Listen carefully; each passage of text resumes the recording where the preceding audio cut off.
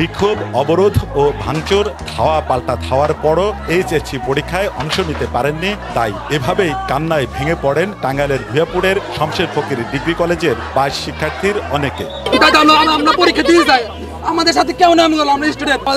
College থেকে 8,000 টাকা চাইছিল, আমি মারে নিয়ে আসছিলাম, কলেজে পারবে না তারা, আমরা 4,000 টাকা ছিলাম, তারা নেবে না। পরে আমরা যে স্যারের কাছে পড়ছি, লোকমান স্যার, তার সাথে পরামর্শ নিলাম। আমি আমার বাবা জাহেরে বললাম, স্যার আমরা তো আর্থিক অবস্থা খুবই খারাপ, স্যার আমাদের ফর্ম ফিল আপ করে দেন।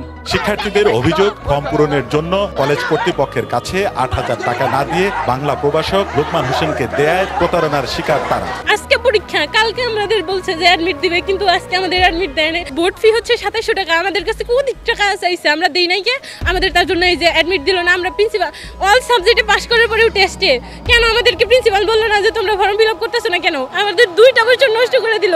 আমরা যে পরীক্ষা দিতে পারতেছি না, তার জন্য যে আমাদের অনিশ্চিত ভবিষ্যৎ, তার দায়ভার কে নিবে? আমাদের কলেজ কর্তৃপক্ষ নিবে, টিএনও সাহেব নিবে, না কে নিবে আমাদের এই অনিশ্চিত ভবিষ্যতের দায়ভার? কলেজ শিক্ষকদের দ্বন্দ্বের কারণে কোনো শিক্ষার্থীদের সাথেই যোগাযোগ করেনি পরীক্ষা কমিটি। জালিয়াতি ও অতিরিক্ত ফি নেওয়ার অভিযোগের বিষয়েও নেই কোনো সদুত্তর। বোর্ডের ফি আছে 2200-2300, সাথে আবার কিছু ওই কেন্দ্র পরিচালনা করার জন্য কিছু আমরা আনুষঙ্গিক টাকা পয়সা নিই। কেন্দ্র পরিচালনা করার ফিস তো যখন ফর্ম ফিল আপ করেন ওখানেই ধরা থাকে, আপনি সেটা কেন অতিরিক্ত নিলেন?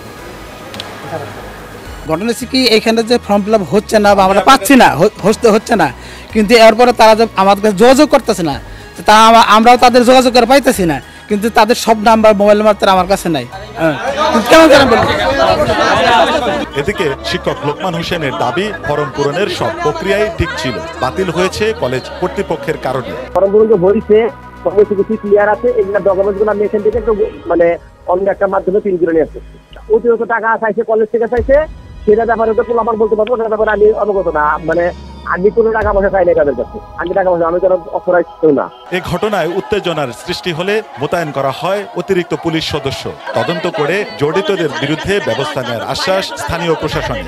মহোদয় আছেন, আমরাও শুনেছি। তো আমি চাচ্ছি যে প্রকৃত যারা যদি কেউ অনৈতিক কাজ করে থাকে তাদেরকে আইনের আওতায় যে আনার দরকার বা আনবো, যদি কেউ রিটার্ন দেয় আমি আইনের আওতায় আনতে চাই। এখানে 22 জন শিক্ষার্থীর রেজিস্ট্রেশন কর্তৃপক্ষের অগোচরে এবং অবৈধভাবে পূরণ করা হয়েছে। বিষয়টাই কর্তৃপক্ষ জানার পরে লিখিতভাবে আমাদেরকে জানায় যে 22 জন পরীক্ষার্থীর প্রবেশপত্র বাতিল করা হয়েছে। তৎপরিক্ষিতে এই 22 জন পরীক্ষার্থী পরীক্ষায় অংশগ্রহণ করতে পারছে না।